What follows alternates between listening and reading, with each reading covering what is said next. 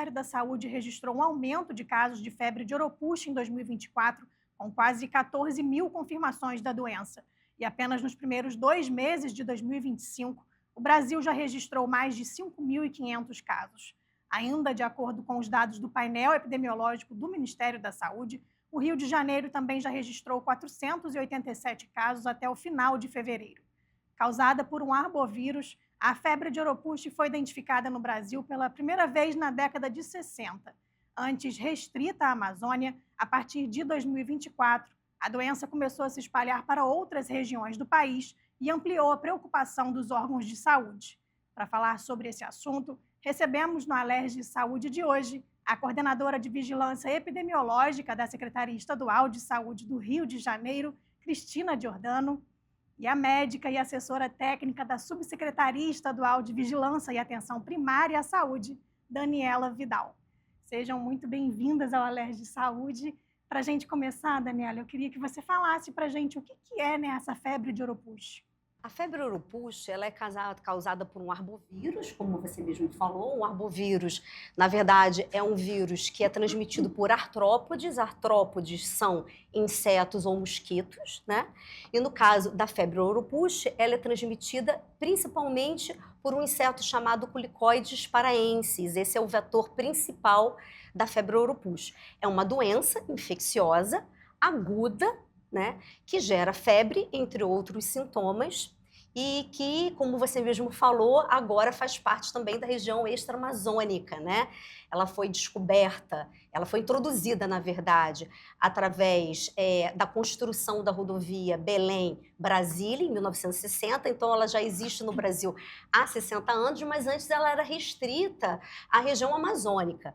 Agora ela está na região extra-amazônica, né? Chegando ao nosso estado no ano passado, e por sermos, né, um estado com uma população totalmente suscetível, a gente pode encontrar, sim, uma alta probabilidade de surtos, como a gente tem visto. Ano passado a gente teve um surto em Piraí, e esse ano está restrito à região serrana, por enquanto não restrito, né, mas está presente na região, começou pela região serrana, já chegando à metropolitana 1 e 2 também. Agora, a população suscetível que você diz é porque não havia ainda casos da doença aqui, é Sim, isso? exatamente, não havia, então não é uma população com imunidade para esse vírus. É o chamado ortobuniavírus, nome bonito, né? É o vírus responsável por essa doença febril aguda. Agora, como é que ela age no organismo, assim, essa doença, e quanto tempo que ela dura, doutora? Então, ela é transmitida principalmente, como eu falei, pela picada do mosquito, que é esse culicoides, né? Geralmente é uma doença febril aguda que dura de 2 a 7 dias, mas há uma característica específica desta patologia em que mais 60% dos casos pode ter recidiva. O que seria recidiva? É aquele paciente que tem sintomas. Já posso falar dos sintomas? Pode. Então, a febre são sintomas muito semelhantes às outras arboviroses, então é difícil mesmo do profissional de saúde diferenciar. Então, a febre, a dor de cabeça, a dor no corpo e a dor articular são os sintomas mais importantes. Tanto que na nossa definição de casos é febre e dor de cabeça. Então, a partir do momento em que o inseto pica o ser humano, tem um período que é um período de incubação, que é variável entre 3 a 8 dias, e depois disso começam os sintomas. Geralmente é febre, que pode ser baixa ou alta, dor de cabeça, dor no corpo, que é a mialgia, e artralgia, que são dor nas articulações. Esses são os sintomas principais e são comuns a todas as outras arboviroses. Então, é uma doença de diagnóstico diferencial difícil, mesmo para o profissional de saúde, até mesmo para a população. Pode ser dengue, pode ser chikungunya, como pode ser também oropouche. Existem outros sintomas também. Náusea, vômito, diarreia, os pacientes também relatam fotofobia, tonteira, hipotensão, esses sintomas, boca seca, esses sintomas já são mais característicos da desautonomia, que é muito próprio do oropouche e não é muito comum de se encontrar nas outras arboviroses. O que seria essa desautonomia? Na verdade, é um acometimento do sistema nervoso autônomo que controla a pressão arterial, frequência cardíaca. Então, o paciente pode ter uma taquicardia e pode também ficar se sentindo tonto, ter esses flashes, né, no Espírito Santo, que teve um alto número de casos no ano passado, isso foi muito relatado. A dor de cabeça é uma dor de cabeça também muito diferente das outras arboviroses. Os pacientes relatam uma dor de cabeça muito intensa, muito intensa. Então, isso chama a nossa atenção também. A duração da doença é em torno de 2 a 7 dias, tá? Dos sintomas principais. Só que o Oropouche tem uma característica também diferente das outras arboviroses. Em mais de 60% dos casos, nós temos visto uma recidiva de um ou mais desses sintomas em 1 a 2 semanas. Então, é aquele paciente que teve a dor de cabeça, a dor no corpo, a dor articular, cessou e os sintomas voltam. Então, isso é uma característica o paciente também. sempre vai ter todos os sintomas ou ele pode apresentar um ou outro? Não, um ou outro. Na verdade, para o Oropouche, os sintomas que mais chamam a nossa atenção é a febre e a dor de cabeça. Mas outros sintomas também são podem mais estar... intensos que no caso da dengue e da chikungunya, é isso? Sim, a dor de cabeça sim, a febre não. A febre do Oropouche pode ser até mais baixa. A dengue costuma dar febre mais alta. Agora, para detectar mesmo que é Oropouche, como é que é feito? Qual o exame que detecta mesmo e dá esse diagnóstico? Sim, é o exame laboratorial, tá? E a gente pede que esse exame seja feito entre o 2º e o 5º dia da doença, que é um exame que a gente vai verificar partículas do RNA do vírus. Então, é chamado PCR. A gente tem esse exame no serviço público, através do nosso laboratório regional, que é o LACEN, tá? Então, a gente identifica essa partícula de RNA e faz o diagnóstico de Oropouche. E não só, na verdade, o LACEN também vai verificar a partir do momento em que você notifica, porque é uma doença de notificação compulsória, tá? Então, se suspeita, notifica, encaminha do tempo apropriado o sangue, né, para o laboratório, vai ser testado todos esses vírus. Dengue, zika, chikungunya, Oropouche e agora também o Maillard. Então ele já faz esse encaminhamento. Com a suspeita, ele já encaminha para poder... Ele precisa notificar para que seja entrado no LACEN. Cristina, eu queria que você falasse para a gente quais são os dados atualizados da Secretaria de Saúde, né, sobre a febre de Oropouche aqui no estado. Então, nós temos aqui no estado do Rio de Janeiro cerca de 890 casos notificados e a maioria desses casos ela foi notificada na região serrana do estado, né? Nós temos 492 casos no município de Cachoeira de Macacu notificados, nós temos 63 casos no município de Macaé, 55 na capital, 51 em Guapimirim e 50 casos confirmados em Itaboraí. Tá? 55% desses casos têm sido associados às mulheres, né? O que tem ocorrido nas mulheres. Talvez porque as mulheres sejam as pessoas que mais procuram a assistência médica, né? E daí...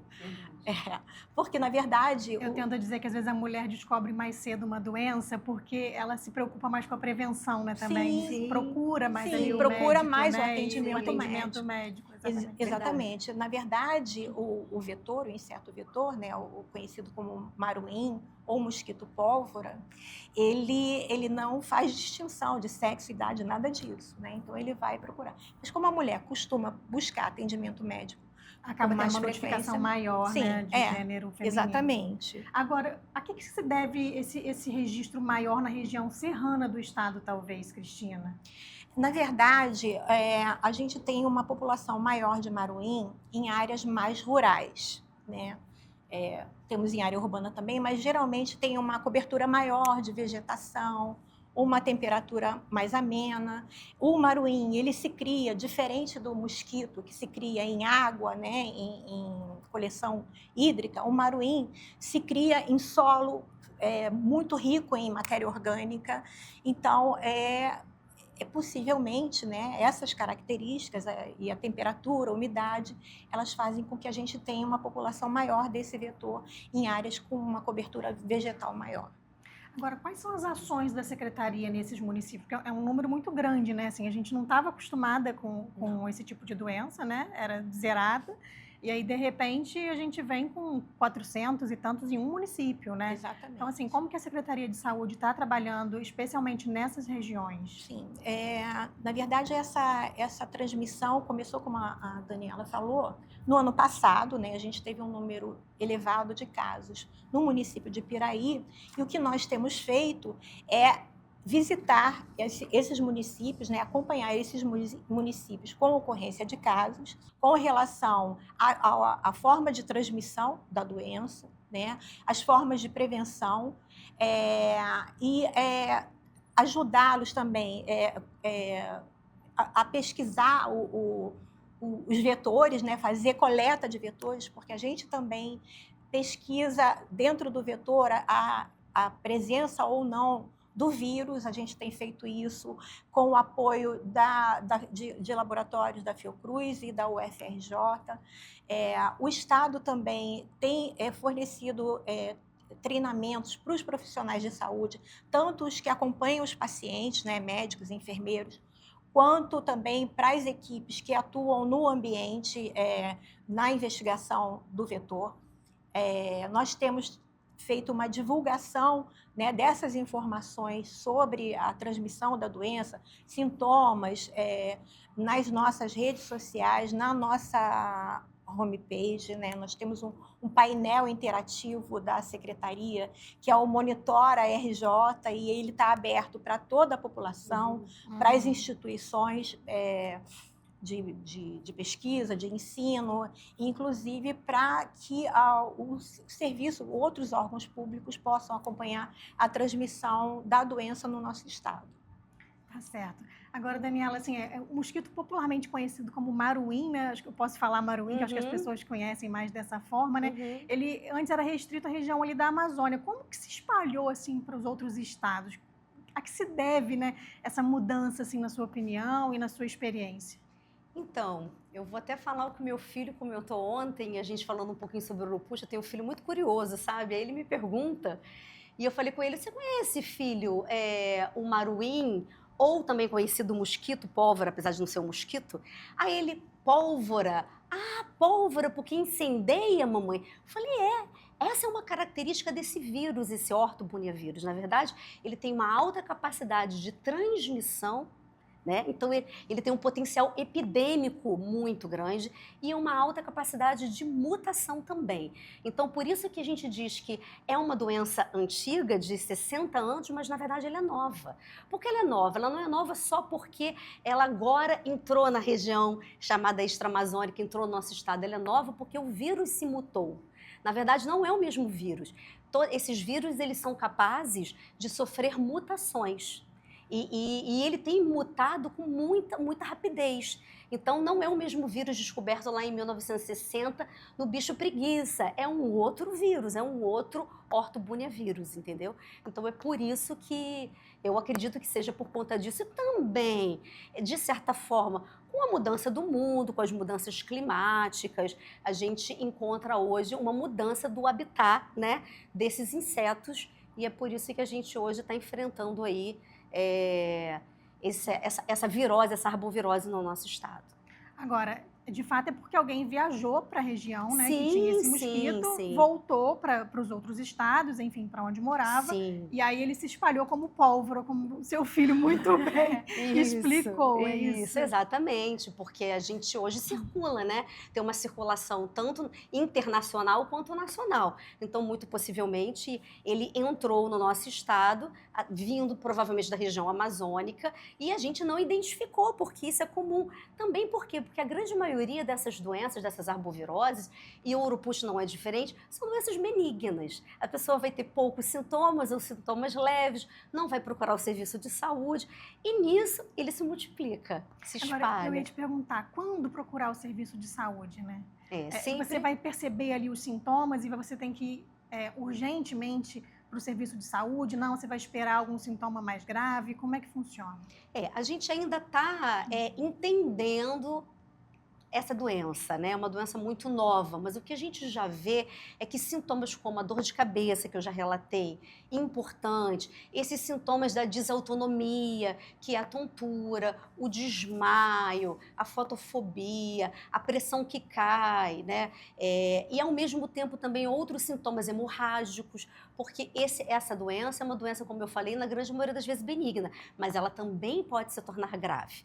Então também gera manifestações hemorrágicas, manifestações neurológicas são muito comuns, porque este vírus, ele tem uma característica, ele é neurotrópico e ele é hepatotrópico. O que é isso? Neurotrópico, ele tem um tropismo pelas estruturas do sistema nervoso, seja sistema nervoso central, seja sistema nervoso periférico. Então, no sistema nervoso central, ele pode gerar gravidade através das meningites, meningoencefalite. No sistema nervoso periférico, esses sintomas de desautonomia, que pode levar a pessoa a desmaiar, assim como também a síndrome de Guillain-Barré, né? Infelizmente, a gente sabe que o Oropouche já deu na região amazônica surtos de Guillain-Barré. Guillain-Barré, o que é? É uma doença que acomete os nervos periféricos e gera fraqueza, podendo gerar dormência também e paralisia. Começa das pernas e vai subindo para o tronco. Mas os sintomas principais que devem fazer uma pessoa a procurar a emergência são esses sintomas de forma muito exacerbada, todos esses que eu falei, né? A dor de cabeça, a febre intensa, sintomas que são persistentes, que realmente estão tirando a qualidade de vida diária do paciente, ele deve procurar. De preferência até o 5º dia para a gente conseguir fazer o diagnóstico, tá bom? Tá certo, doutora. Como que a gente faz? Existe algum tipo de controle de propagação de vetores, especialmente nessas regiões aí com maior número de casos também, Cristina?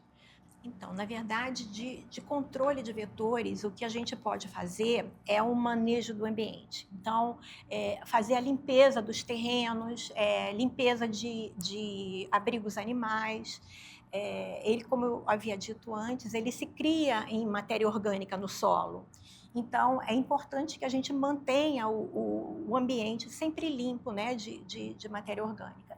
Não existe uma forma de controle químico ainda, porque eles são insetos que eles vivem dentro da natureza, né? Então, passa por isso, pelo manejo do seu ambiente de residência, de trabalho no entorno, e também que a gente evite o contato, exposição a esses vetores, que eles têm um horário de maior atividade também, que seria no amanhecer e ao entardecer.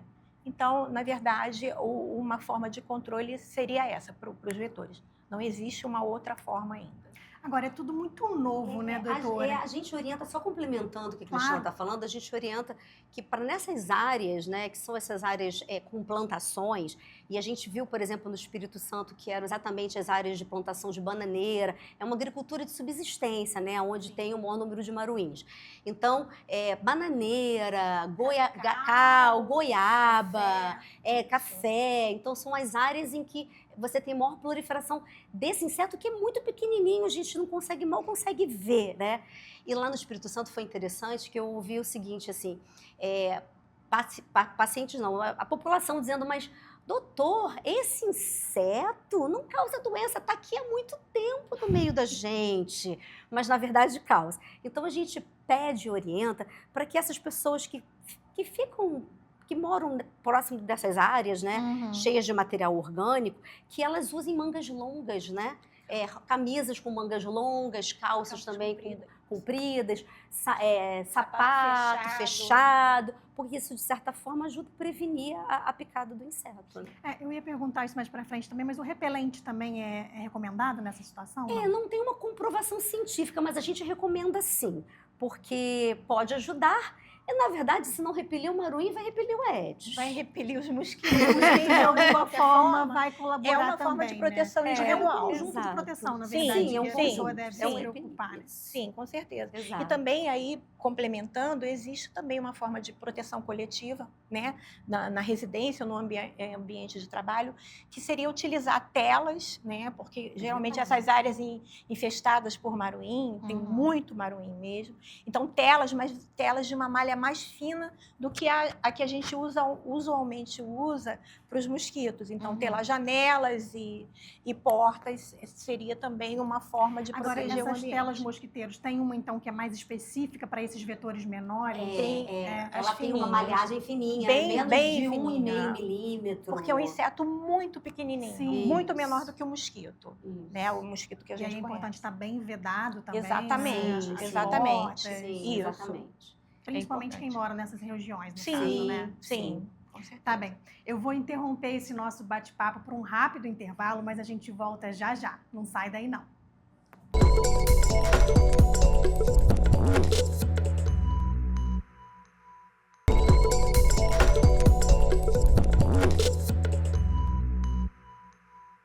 Estamos de volta com o segundo bloco do Alerj Saúde de hoje, falando sobre a febre de Oropouche, com a coordenadora de Vigilância Epidemiológica da Secretaria Estadual de Saúde, Cristina Giordano, e com a assessora técnica da Subsecretaria Estadual de Vigilância e Atenção Primária à Saúde, Daniela Vidal.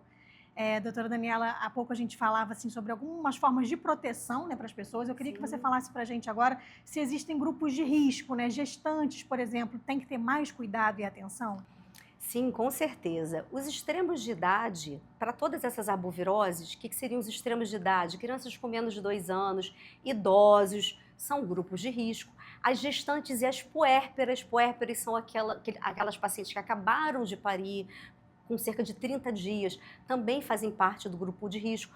Todo e qualquer paciente que tenha comorbidades, ou seja, outras doenças, e a gente chama atenção para hipertensão, diabetes, doenças reumatológicas, anemia falciforme, por exemplo, assim como qualquer outra doença que gere uma baixa da imunidade, né, o imunocomprometido, todos esses pacientes, eles devem evitar, tá? Essa é uma forma da gente se prevenir, locais de transmissão. Então, por exemplo, a Cristina falou que Cachoeira de Macacu, eu não estou querendo dizer para as pessoas não irem à Cachoeira de Macacu, exatamente. Né? Mas se neste momento Cachoeira é um lugar que está tendo uma alta transmissibilidade, então a gestante, por exemplo, que tem um sério risco por conta da transmissão vertical, que é uma outra forma de contaminação também, isso já está comprovado. Vertical, então, né? é uma infecção uterina. Na verdade, a gestante é capaz, através do útero, passar a infecção para o feto. Então, essa passagem de infecção, essa infecção intrauterina, pode não gerar alterações nenhumas para o feto, porém, toda gestante precisa ser acompanhada. Toda gestante que teve o diagnóstico de Oropouche precisa ser acompanhada, porque, infelizmente, malformações neurológicas, como a microcefalia, que a gente viu muito na época do Zika, né? Que ainda existe, mas está circulando muito pouco, graças a Deus, no nosso estado, mas a microcefalia é uma malformação que pode acontecer e, infelizmente, o óbito fetal também, né? Não temos muitos no Brasil, nenhum no nosso estado, mas é possível, já foi comprovado o óbito fetal por Oropouche. Então, a gestante deveria evitar, né, se prevenir com as mangas longas, as gestantes que moram nas regiões que é onde está havendo maior transmissibilidade, Sim. e as outras evitar estar nos locais com alta transmissão do vírus. Cachoeira, locais mais úmidos, assim, evitar nesse momento, seria isso, Sim, doutora? Porque a região sim. serrana acho que é uma região muito com esse foco também, né? Exatamente. Turístico, assim. Exatamente. Então, evitar nesse momento Exatamente. de uma possível surto aí da doença, Sim. principalmente nesses locais, né? Sim. Agora, é tudo muito novo. Vocês tiveram algum contato com profissionais aí da região da Amazônia que passaram alguma coisa para vocês sobre a doença, né? Porque aqui no estado não tinha, e aí acredito que vocês não sabiam como lidar com isso no início, né? Como é que foi? Sim, nós tivemos uma reunião, né, Cristina? No ano passado, no já, ano logo no passado. início, Pode falar, Cris. com alguns estados da região amazônica. Então, eles nos passaram a experiência deles, né? Fomos treinados também para coleta de vetor. Os médicos tiveram um acompanhamento dos nossos médicos. Então, a gente utilizou a experiência deles para nos prepararmos. Sim. E fora isso... E no ano passado, em dezembro, nós participamos, né, como Estado do Rio, de uma reunião que foi liderada pelo Ministério, pela OPAS, lá no Espírito Santo. Nós pudemos ouvir não só a experiência da região amazônica, como também do Espírito Santo, entre outros estados que já estavam tendo casos também. A febre de urupuxa, ela pode chegar a matar? Sim, pode chegar a matar. Além da meningite, né, todos aqueles casos que você já citou, então Sim, ela também pode se agravar. Manifestações hemorrágicas, neurológicas, principalmente, são as manifestações que nós temos mais visto. Além, como eu falei, eu estava falando do tropismo do vírus, né? Sim. Aí eu acabei falando, eu falei neurotrópico, porque ele tem um tropismo, ele gosta do sistema nervoso central ou periférico, mas também hepático, Sim. né? Ele é hepatotrópico, então ele pode gerar insuficiência hepática, por exemplo, de forma grave e gerar o óbito. Agora, como que é o tratamento assim da doença? É semelhante ao da dengue, da zika? Sim, na verdade não há tratamento específico para nenhuma dessas arboviroses. Utilizados. A gente orienta repouso, hidratação. Se você começou com os sintomas e você não sabe qual é o vírus, então a hidratação é o tratamento mais indicado, pensando principalmente na dengue, né? Porque a dengue precisa de uma boa dose de hidratação. É claro que o tratamento do urupuxa não é exatamente com hidratação, mas a gente não pode pensar, os sintomas são iguais, certo? Então você começa com a hidratação, faz o repouso e vai tomar medicamentos inespecíficos, né? Para febre, analgésicos, para as dores, para a dor de cabeça, para a dor no corpo. Um sintoma que que a gente percebeu com os relatos do Espírito Santo diferenciado também é a dor lombar. Porque a dor da dengue ela é mais comum nas costas. Então, a dor lombar é uma dor que foi mais, até agora, observada, identificada por urupuxa. Então, na verdade, não há um tratamento específico e também não há vacina. Isso que eu ia te perguntar, não há vacina, mas tem alguma previsão, na opinião de vocês, acha que vai vir alguma vacina como está vindo agora da dengue? Eu não tenho esse conhecimento. Não. Você tem, Cristina? Acreditamos que esteja sendo pesquisada. Espera que sim. Mas só que é uma coisa mais demorada. E é tudo muito novo também, sim, né? É muito novo. Sim. A dengue que está com a gente há tanto tempo, a gente está conseguindo uma vacina agora, né? Exatamente. Mas é importante estimular, né? Que nós temos uma vacina que hoje cobre para a dengue a população na faixa etária de 10 a 14 anos, acessível para toda a população dessa faixa. Agora, a que se deve esse aumento de casos no Brasil, na opinião de vocês? Acha que a gente vai chegar a um surto da doença em 2025 também, com esses números tão elevados já nesse pouco tempo de 2025? De urupuxa, né? De urupuxa. Então, como a gente já tinha conversado um pouquinho antes, né? Justamente o deslocamento das pessoas, né? As pessoas infectadas por todo o nosso território, acaba promovendo a infecção do vetor, que a Daniela havia comentado, né? As pessoas que moram em áreas que têm contato normalmente com maruim, ficam... A gente tem aqui no Rio de Janeiro também, né? Sim. Não, mas esse inseto ele não causa doença nenhuma, não causava, isso, né? Então, como é que o inseto ele vai se infectar? Ele vai ter que se alimentar do sangue de uma pessoa que esteja infectada. Doente. E aí o vírus vai passar por todo o organismo e passar a desenvolver dentro do organismo do vetor, e aí o vetor depois ele vai acabar sendo eficiente para a transmissão desse vírus. Então, se a pessoa veio para cá, para o nosso estado e para os outros estados na região extra-amazônica, infectadas, tiveram contato com esse inseto, acabaram passando a infecção para ele, e ele é um inseto que ele é capaz de transmitir esse tipo de vírus. Então, é exatamente isso. E a gente também não sabe, por exemplo, com relação à imunidade, né? A gente sabe que todo vírus, ele gera uma imunidade que é temporária, né? Mas temporária quanto tempo? É tudo muito novo. Será que a imunidade do urupuxa vai ser uma imunidade permanente? Eu não sei. Até por conta porque- das mutações que você já falou anteriormente. Exatamente. Provavelmente por conta das mutações, sim, não será permanente. Mas desse Oropus que está circulando atualmente, sim, por um tempo.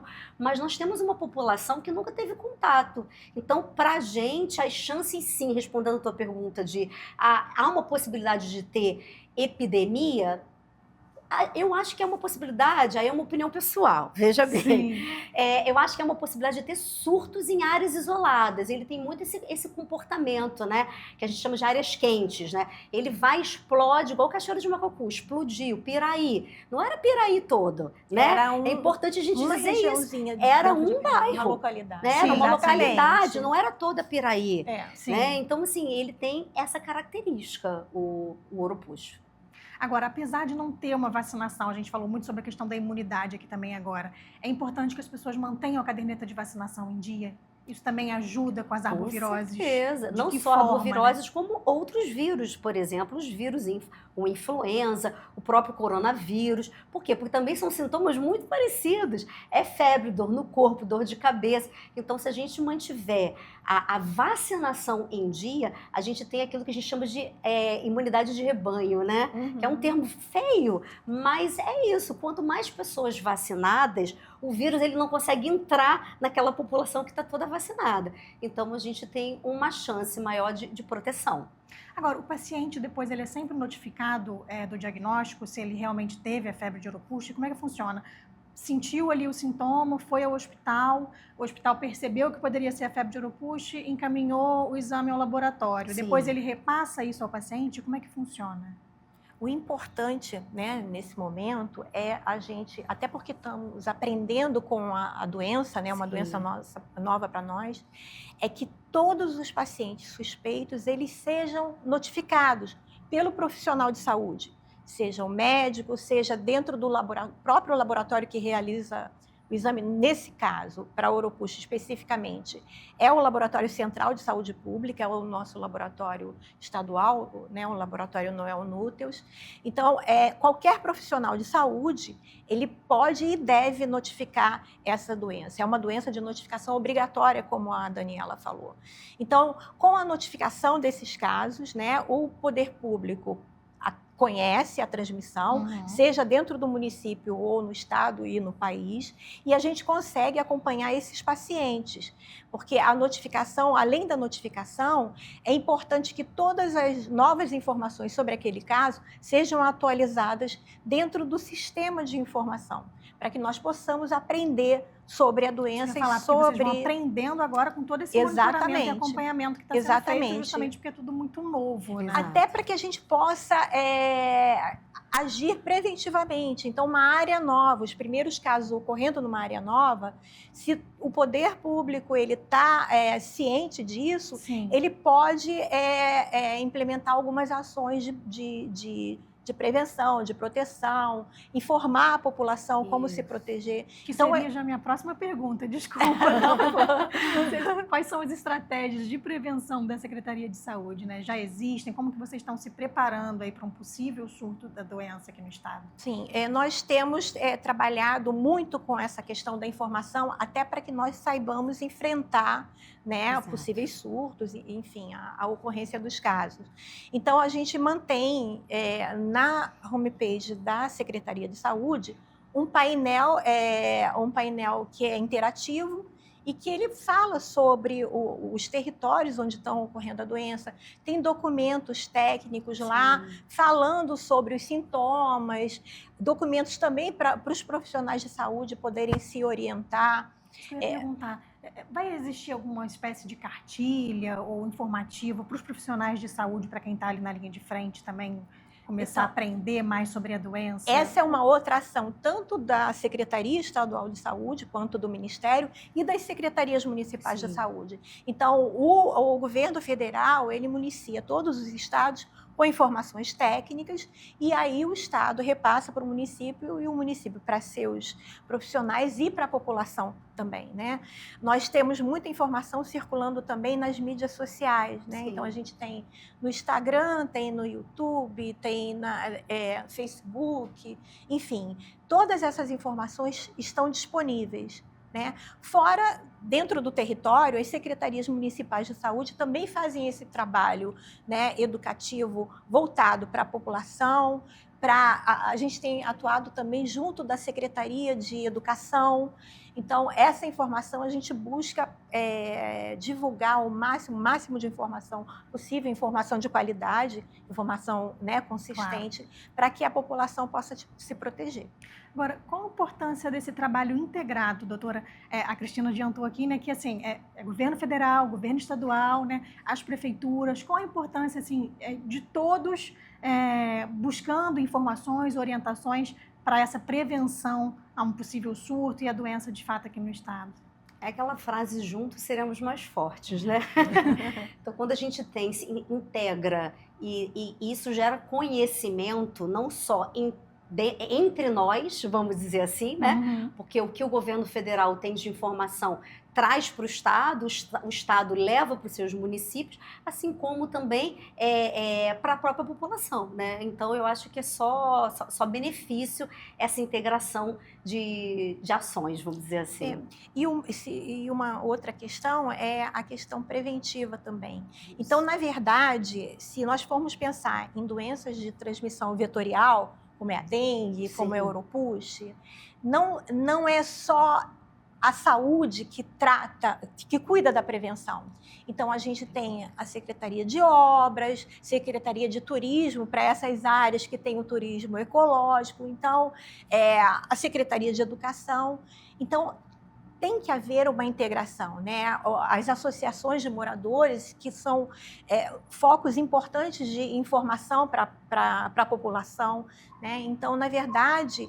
É um cuidado multissetorial, exatamente, né? Exato. É isso, exatamente. Exato. E a gente tem o papel também dos agentes comunitários de saúde, né, na estrutura da saúde da família, é fundamental dentro das comunidades. Eles conhecem o território, né? Eles conhecem a população, sabem aonde tem as plantações, sabem onde tem acúmulo de material orgânico, né? Quando a gente fala de acúmulo de material orgânico, é importante lembrar da limpeza. Você falou, né, Cristina? Sim, do terreno, do ambiente, né? Limpar as folhas, não deixar... O maruim, ele adora se multiplicar, por exemplo, com aquelas frutas caídas. Então, não deixar que as frutas fiquem caídas por muito tempo no terreno. Então, é isso. Os profissionais têm orientado a população nesse sentido Sim, também, sim. de manter a área limpa? Sim, além do agente comunitário de saúde, a gente tem os agentes de combate às endemias Também. que trabalham mais voltados para o controle de vetores. Eles também levam esse tipo de orientação, né, para a população. Eles já vêm trabalhando com as outras arboviroses, Isso. dengue, chikungunya, zika, na época que nós tivemos a transmissão. Então, eles também são capazes, nesse momento, de orientar a população. E, mais uma vez, como se trata de doença vetorial, depende muito do ambiente, então você promovendo a limpeza dos terrenos, você não vai estar prevenindo só para a proliferação, né, para não ter proliferação do maruim, mas você tem para outros vetores também, como das arboviroses em coleção, né, das outras arboviroses em coleção hídrica, como tem para outros tipos de vetores, para outras doenças que circulam aqui no nosso estado, como a febre maculosa, como as leishmanioses, enfim. O ambiente é muito importante quando a gente está tratando de doenças de transmissão vetorial. Por isso, para além dos profissionais, é muito importante que a população também faça participe. A sua parte. Exatamente. Né? Assim como a dengue, água parada, por exemplo, também é importante evitar deixar a água parada, limpar, deixar sempre tudo muito limpo mesmo, né? Não só nas regiões serranas. Não. Com relação à dengue, como você está bem colocando, chikungunya e zika, essa questão da água parada é importantíssima, né? A gente evitar esse acúmulo, né, de focos, para que a gente não tenha a proliferação desses vetores, né? No caso do maruim, aí já não é a água parada. Aí são as folhas, as frutas, matéria orgânica no solo. Matéria orgânica, e não só as frutas, também fezes de animais, Isso. né? Ele é um inseto com uma característica muito peculiar. Ele se multiplica e se alimenta desses frutos e de fezes de animais. Então é importante realmente a gente manter assim, não limpeza, só né, o ambiente ali, as fazendas, a área rural limpa, mas também a cidade como um todo, né? E aí a prefeitura também está parceira do governo do estado. Enfim, com certeza. Acho que todo mundo tem que fazer a sua parte para a gente manter a cidade limpa, né? Exato. Infelizmente, a gente já está chegando ao fim do nosso programa. Eu queria que vocês falassem agora considerações finais de vocês de uma forma bem resumida. Quem quer começar, por favor? Pode começar, Cris. Bom, importante nesse momento, primeiro, assim, eu gostaria de agradecer a oportunidade por nós estarmos aqui, né, em nome da nossa secretária de saúde, a doutora Cláudia Mello, e do nosso subsecretário, doutor Mário Sérgio. Essa possibilidade da gente passar essas informações, né, para a população e para outros profissionais que estejam nos assistindo é muito importante para que a gente possa controlar, né, a disseminação, a transmissão dessa doença. Então, o que é muito importante? Ao primeiro sinal dos sintomas que a Daniela mostrou, né, a busca desse paciente pela assistência médica e para os colegas, né, os profissionais de saúde, que eles tenham em mente que a notificação desses casos e o acompanhamento, né, até o encerramento é muito importante, né? Então, é uma fonte importante de informação para a população e para o serviço. É porque esse banco de dados que vai dar todo o suporte ali para vocês desenvolverem as campanhas que serão necessárias. Exatamente. E poder unir esforços, né, para atuar nas áreas que estão naquele, né, prioritárias para aquele problema. Que não necessariamente, nesse momento, é o estado todo. A gente tem transmissão em todas as regiões, mas umas mais do que outras, né? Certo, muito obrigada, Cristina. Obrigada, Daniela, Flávia. por favor, considerações finais. Eu também gostaria de agradecer. Foi um tempo precioso, né, gostoso. Dizer que todos nós estamos aprendendo, né? Então, se de repente deixamos de dar alguma informação específica, é porque a gente também está aprendendo a fisiopatologia, conhecendo essa doença e esse vírus, mas a minha consideração final vai ser para os profissionais de saúde, né? Valorizem os sintomas do seu paciente, valorizem se esses pacientes têm comorbidades ou não comorbidades, né? Esses grupos de risco que a gente falou. Valorizem a febre, mesmo que não seja ferida, a febre falada pelo paciente, a dor no corpo, porque esses pacientes têm uma dor no corpo considerável, a dor de cabeça, né? Valorizem, porque verdadeiramente quando a gente escuta, examina, faz um exame apropriado, faz um manejo que a gente diz adequado, a gente pode conduzir de forma apropriada e salvar vidas. Né? Porque nós temos outras doenças que matam, como a dengue. Né? Então, a gente pode não estar tão... A urupuxa é uma doença benigna, a gente já viu que não é. Ela é, na grande maioria das vezes, benigna, mas ela não é 100% benigna. Até né? porque pode se agravar, né? Então... mas pode ser dengue. E a gente teve uma epidemia no passado e já estamos com um número alto de casos também neste ano. Então, assim, valorizem, manejem, como a gente diz, classifiquem de forma adequada. Né? A dengue, ela tem uma classificação, puxando um pouquinho para a dengue, ela tem uma classificação, ela não é difícil de tratar, então a gente pode sim fazer uma medicina de muita qualidade e salvar vidas, né? Assim, agora, não é um momento de alarmar a população. Não. Seria um momento de atenção de todos, né? Sim, aquele trabalho alerta. conjunto. Alarmar e alerta, acho que é a mesma coisa, né? Não é de alarmar, é de atenção. De atenção, exatamente, é de atenção. Tá certo. Muito obrigada mais uma vez pela participação de vocês. Obrigada. Acho que as informações são muito importantes, né? É tudo muito novo, como vocês mesmos já mencionaram aqui, e é fundamental que a gente troque essa experiência e as pessoas possam também de casa acompanhar, para todos ficarem aí alertas e atentos, né, à doença. Muito obrigada mais uma vez. Nós agradecemos. E se você quiser rever este programa ou acompanhar a programação da TV Alerj, é só acessar o nosso canal no YouTube e nos seguir nas redes sociais. TV Alerj, o canal do povo. Até a próxima.